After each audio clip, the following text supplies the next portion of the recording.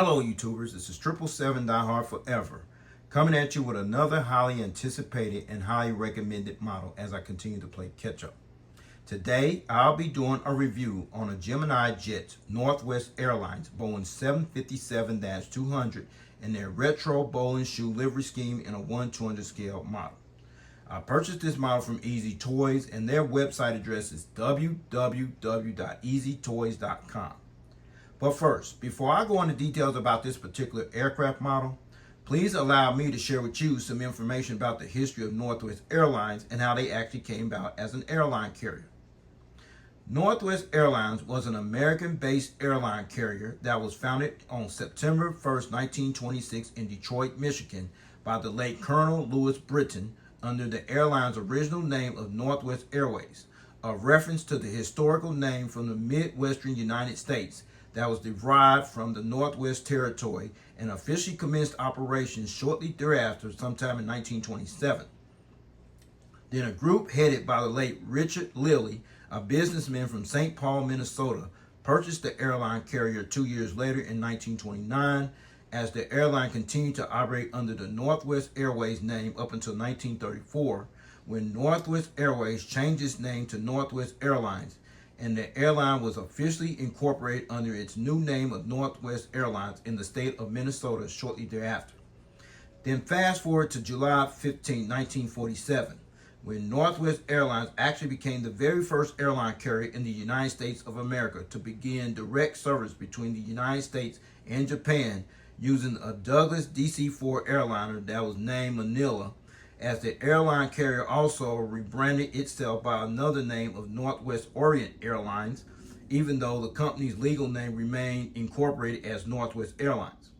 Northwest Airlines also became involved with the founding establishment of Tokyo-based Japan Airlines by leasing airliners and crew members to the airline in 1951. And for years, Northwest Airlines was actually the largest foreign airline carrier serving the country of Japan.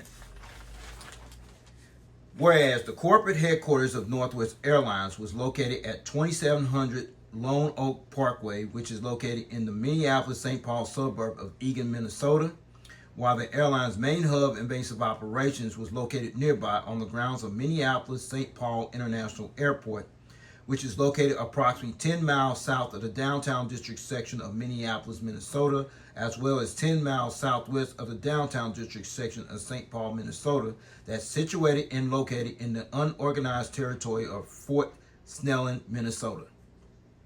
Northwest Airlines also had operational base hubs that was located at Amsterdam Airport Schiphol, which is located in Haarlem-Meer, Netherlands from 1993 to 2010, Detroit Metropolitan Wayne County Airport, which is located in the Detroit suburb of Romulus, Michigan from 1986 to 2010.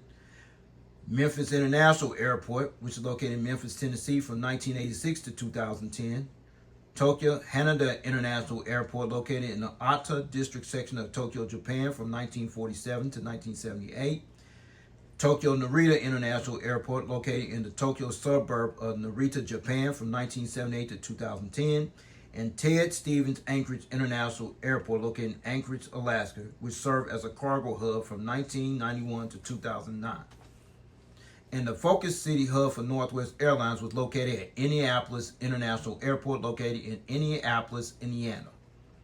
Then on October 29, 2008, after 83 years of operating as a legacy airline carrier, Northwest Airlines merged with Atlanta, Georgia-based Delta Airlines, as the airline continued to operate under its own identity, name, and brand until January 31st, 2010. And that's the day when Northwest Airlines officially ceased all operations as a legacy airline carrier and officially began flying under the Delta name from that day forward. Prior to the 2008 merger, Northwest Airlines had an operating fleet of 320 aircraft that included 61 Boeing 757s, in which 45 of those are the Boeing 757-200, including this one here, and the remaining 16 are the Boeing 757-300s, with no unfulfilled orders pending on neither of these aircraft types, as the entire Northwest Airlines fleet was officially integrated into Delta's fleet on December 31st, 2009. And the Boeing customer code for Northwest Airlines for this particular aircraft was 51. All right, everyone. Let's take a look at the front of the box where you see the engraved gold Gemini 200 decal, the Northwest Airlines billboard title, as well as the airline's corporate logo, the computer-generated picture of the aircraft type, the 1/200 scale die-cast model aircraft, as well as the item number information you see at the front of the box, which is a flap. All right, now you're looking at the back of the box. You see the Boeing official licensed product decal, as well as the social media pages of Gemini Jets. You can pause and read that information if you like. In the meantime, I'm going to keep this moving, okay? All right, now you're looking at the top of the box where you see the engraved gold Gemini 200 decal, the adult collectible model and warranty information, as well as the item number information you see at the top of the box. All right, now you're looking at the bottom of the box. What you see there is the engraved gold Gemini 200 decal, as well as the 1/200 scale die-cast model and some more information you see there at the bottom of the box.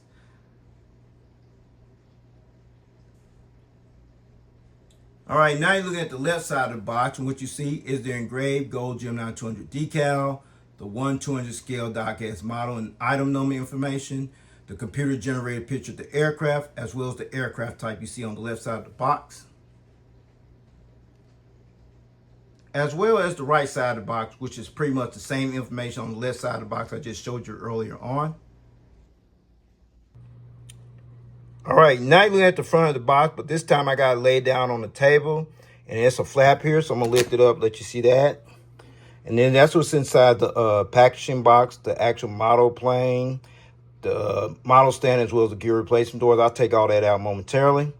But in the meantime, I'll let you see the information inside this flap here. Check it out. All right, Aaron. Here's the information that's on the other side of this flap, the information about this particular aircraft. You can pause and read that if you like. In the meantime, I'm going to keep this moving, all right? All right, what you're actually looking at is the actual gear replacement doors inside that plastic bag. Please stay tuned as I go into details for the sole purpose of those gear replacement doors. And then we slide over to the right is the actual model stand that came with the model. And you see that black padding there on top of that model stand? The sole purpose of that black padding is that pad not only protects your model, it also prevents it from being damaged and scratched when and if you decide you want to put your aircraft on this particular model stand. And then there's the actual model in the packaging you see there, okay? All right, with all that information out of the way about the history of Northwest Airlines, how they actually came about an airline carrier, but unfortunately they're no longer in service, plus all the details here on this whole box, as well as the information on the side of the flap, plus the actual model stand that came with the model, as well as the gear replacement door you see inside that plastic bag. With no further ado, everyone, here is the actual model out of the packaging box. Check it out. There it is, everyone. The Gemini Jets Vintage Northwest Airlines Boeing 757-200 Jetliner aircraft in their retro bowl and shoe livery scheme and a 1/200 scale model. All right, everyone. Allow me to share with you some information about the Northwest Boeing 757-200 Jetliner aircraft you see here and how it became a part of their fleet and then eventually ended up operating in Delta's fleet. Northwest Airlines officially became the third North American-based airline operator after launch customer Eastern Airlines and Delta Airlines, respectively, that acquired this particular jetliner aircraft, as Northwest Airlines took delivery of their very first Boeing 757-200 jetliner aircraft, which bears the registration ship number November 501 Uniform Sierra on February 28, 1985, and took delivery of the very last Boeing 757-200 jetliner aircraft, which bears the registration ship number November 557 November Whiskey on July 15, 2002. Northwest Airlines at one time previously registered and operated as many as 62 of these narrow-body jetliners in their fleet, which included 6 that was inherited from the acquisition of Republic Airlines when the airline carrier was officially acquired by Northwest Airlines on September 30, 1986, and prior to the 2008 merger with Delta Airlines on October 29, 2008. Only 45 remained operating in their fleet up until they were officially integrated into the Delta fleet on January 31, 2010, as Northwest Airlines officially operated their final Boeing 757 passenger revenue service flight on January 30th, 2010, when it flew from Tampa International Airport in Tampa, Florida, to Minneapolis-St.Paul International Airport in Minneapolis, Minnesota, as Northwest Airlines Flight November Whiskey 2117, as some of their Boeing 757 has since been integrated into Delta's fleet or have already been scrapped altogether at the time of this video review posting. Now let's talk about this iconic livery scheme you see on this aircraft.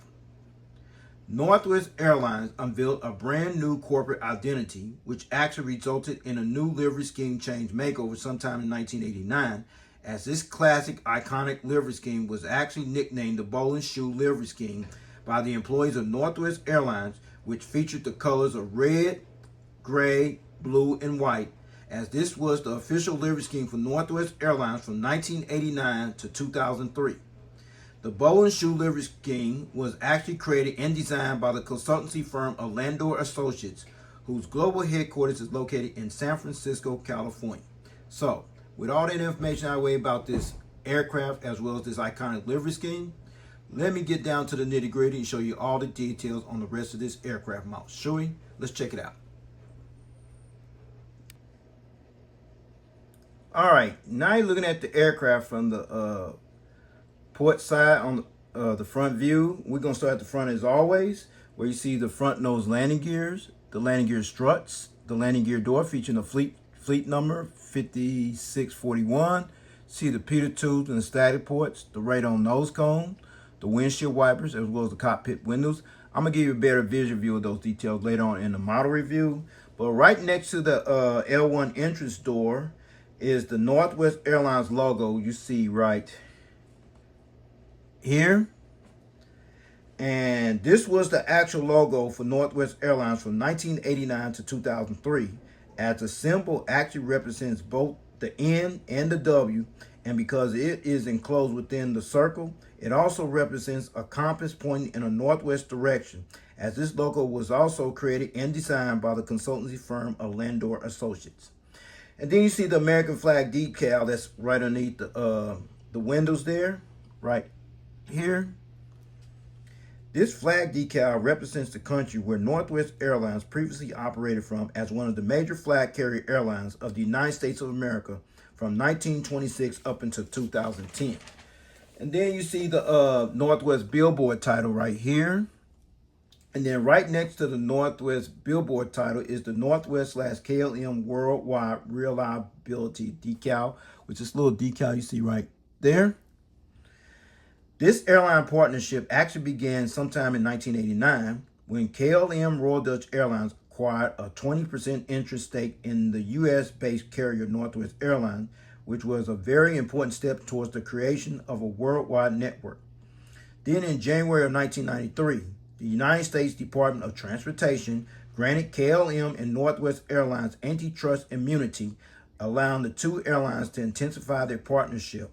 And finally, in September 1993, KLM and Northwest Airlines started operating all their flights between the United States and Europe as part of a joint venture, even though these two airlines continued to fly under their separate entities until Northwest Airlines was acquired by Delta on January 31st, 2010. All right. All right, we're at the center of the aircraft, and underneath the wings, you see the side visual view of the landing bogey gears you see here, including the landing gear struts as well as the landing gear door.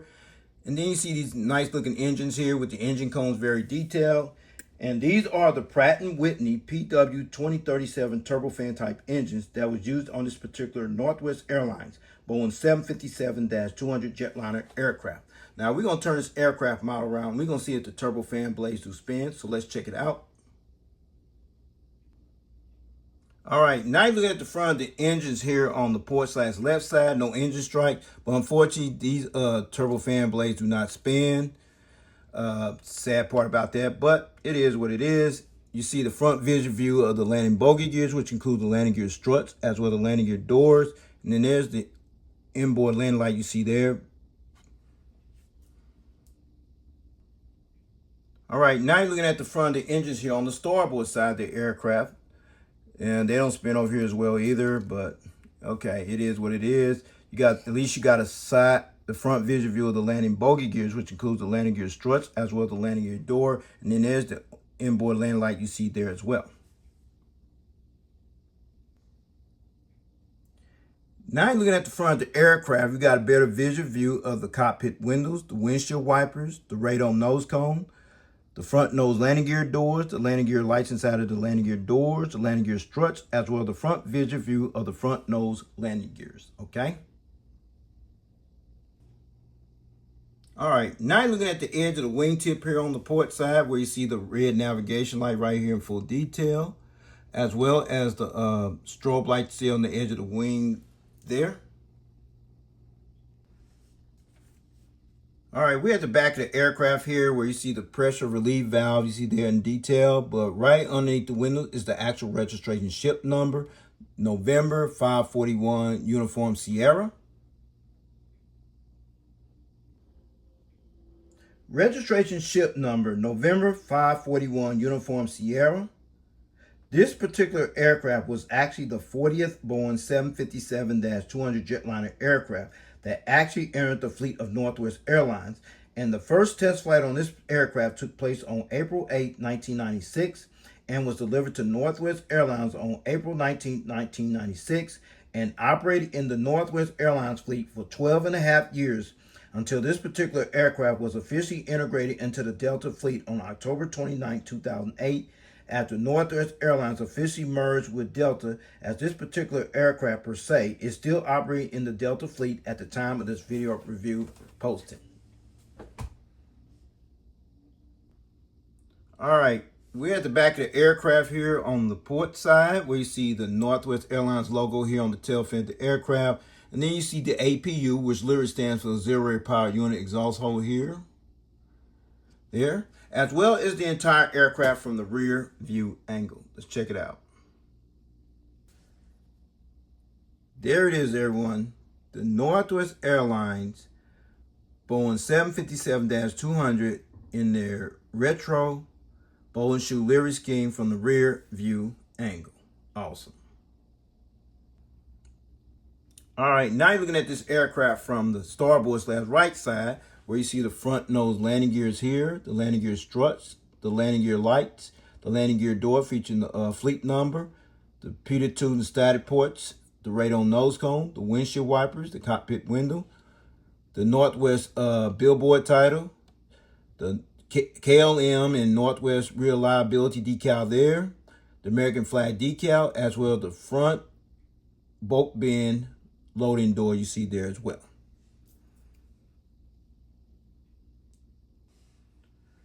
All right, we're at the center of the aircraft here on the starboard side where you see the Pratt & Whitney PW2037 turbofan type engines right here, along with the engine cone, as well as the side visual view of these landing gears, which include the landing gear struts, as well as the landing gear doors. All right, now you're looking at the edge of the wingtip here on the starboard side, which features the green navigation light, as well as the strobe light or the fuel dump valve you see there as well. All right, you're looking at the back of the aircraft here on the starboard side where you see the rear bulk bin door right here, the registration ship number, as well as the airline's logo you see displayed on the tail fin of the aircraft. All right, before I show you this aerial bird's eye view of this aircraft from the top, as well as the undercarriage belly view in full detail, please allow me to let you check out one feature, which is the rolling gears. Let's check them out right now. It's kind of rough though, as you see there. You got to be careful with this particular aircraft model here. But at least the gears do tilt, and the front nose gears swivel as well. They're barely, but it still tilt though, okay? So with that said, let's check this aircraft model from the aerial bird's eye view. Let's check it out. All right, now you're looking at this aircraft model from the aerial bird's eye view. We're gonna start at the front as always. See the radar nose cone, the windshield wipers, the cockpit windows. Then you come up here, you see the anti-collision beacon light, a high frequency antenna, the ADF antenna, and then there's the tail fin of the aircraft, as well as the horizontal stabilizer featuring those two little dots right there, as well as over here as well. Those two little dots, everyone, are called illuminator lights. And the sole purpose of these illuminator lights that it actually used to light up this tail fin here when it flew during nighttime. Now let's check out the wings and the engines. You see the wing walkway there, sorry about that. The engines, as well as the top of the wings, which includes the flaps, slats, ailerons, spoilers, what have you, as well as the fuel dump valve and the strobe light you see there. Then we come over here as well, the wing walkway, the top of the engines, as well as the top of the wings, which includes the flaps, slats, ailerons, spoilers, what have you over here as well as the strobe light and the fuel dump valve you see there as well.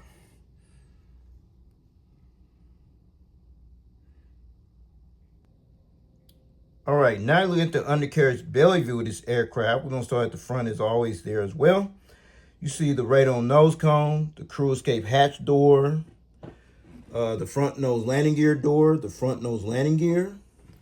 And then we come up this way, another high frequency antenna, the anti-collision beacon light, the hole where the mouse stand goes in at, the Gemini Jets decal, another high frequency antenna, the pressure relief valve there, the APU housing doors, as well as the horizontal stabilizers underneath.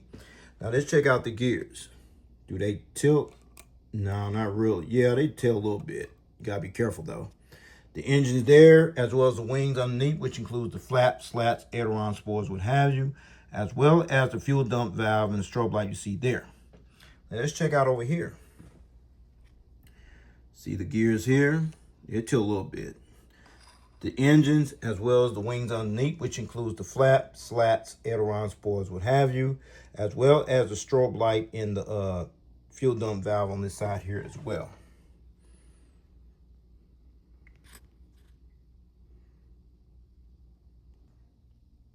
All right, since I show you this aircraft model from the area of bird's eye view in full detail here, as well as the undercarriage belly view of this aircraft in full detail there, now I'm going to put it on the actual model stand I showed you earlier that came with the model you see there. So with no further ado, everyone, here is the model on the stand. Check it out. All right, I finally got this actual aircraft model on the stand with no problem, no hesitation, as you see it being displayed in the takeoff landing position. All right, I'm gonna allow this model to rotate in a clockwise rotation, starting with the port side. Then you see the tail cam angle of this aircraft, then the starboard side, then the front angle of the aircraft, and then back to the port side. Check it out.